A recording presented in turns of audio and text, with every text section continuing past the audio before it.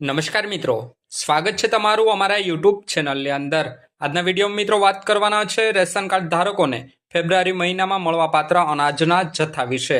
મિત્રો, ફેબ્રુઆરી 2024ના મહિનામાં APL, BPL તેમજ એવાય કાર્ડ ધારકોને વધારાનું અનાજ તેમજ રેગ્યુલર અનાજ કેટલું મળવાપાત્ર રહેશે એમની વિગતવાર માહિતી આજના વિડીયોમાં આપણે જોવાના છે।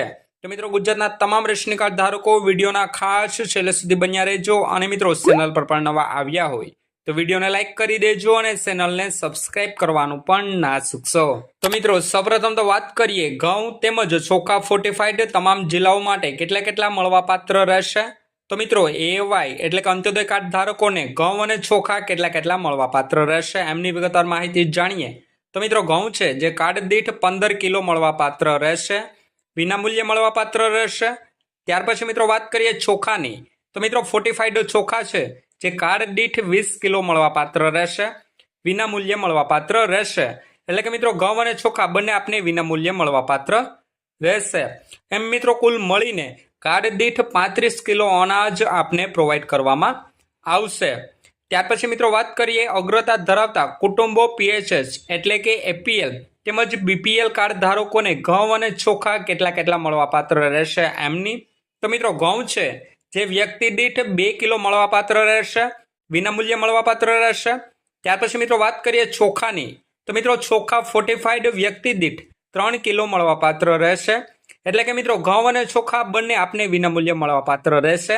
આ મિત્રો કુલ મળીને વ્યક્તિ દીઠ 5 કિલો અનાજ, ઘઉં અને ચોખા મળીને 5 કિલો અનાજ આપને પ્રોવાઈડ કરવામાં આવશે। ત્યાર પછી મિત્રો વાત કરીએ તુવેર દાળની કે એપીએલ, બીપીએલ તેમજ એવાય કાર્ડ ધારકોને તુવેર દાળ કેટલી મળવાપાત્ર રહેશે। તો મિત્રો તુવેર દાળ છે જે 1 કિલો મળવાપાત્ર રહેશે, એમની ભરપાઈ મિત્રો આપે ₹50 થી કરવાની રહેશે।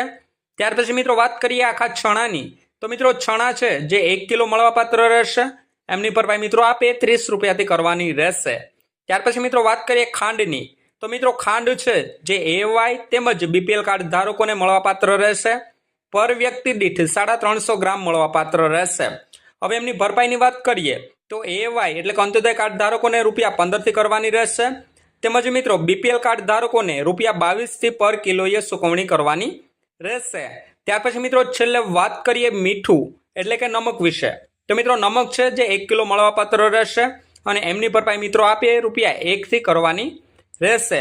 તો મિત્રો બસ આ જ હતી સંપૂર્ણ માહિતી રેશન કાર્ડ ધારકોને ફેબ્રુઆરી મહિનામાં એટલે કે ફેબ્રુઆરી 2024ના મહિનામાં વધારાનું અનાજ તેમજ રેગ્યુલર અનાજ કેટલું મળવાપાત્ર રહેશે એમની।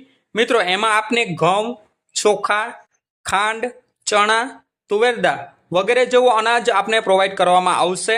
રેગ્યુલર અનાજ જ મળવાપાત્ર રહેશે, એમાં કોઈ વધારાનું અનાજ મળવાપાત્ર રહેશે નહીં।